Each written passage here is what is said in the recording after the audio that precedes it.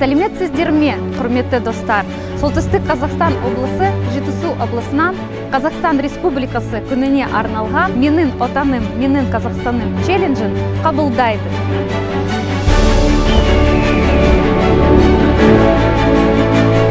Қазақстан Республикасы түрлі этностар әкелдерінің атынына айналды. Біз достық пен келісімде, бейбітшілік пен бірлікте өмір сүреміз. Біз тарихи тағдырымыз мәңгілікке байланысқан бір тұтас халықпыз.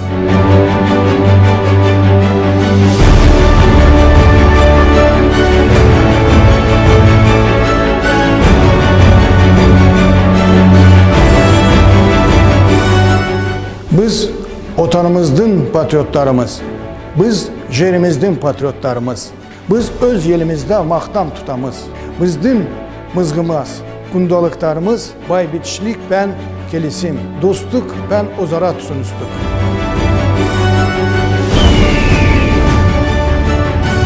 Қазақстандықтар ата-бабаларының сал дәстүрлері мен әдет-ғұрыптарын бойына сіңірген, тәуелсіз мемлекеттік құрған, жас ұрпақты еліміздің патриотты және толерантты азаматтары ретінде тәрбиелеген бірегей халық.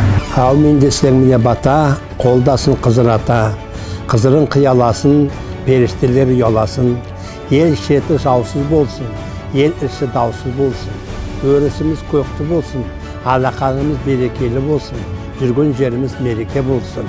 Еліміз заман, жұртымыз тиіш болсын. Кең байтақ жеріміз медет болып, жаратқан Алла жар болсын. Аумин.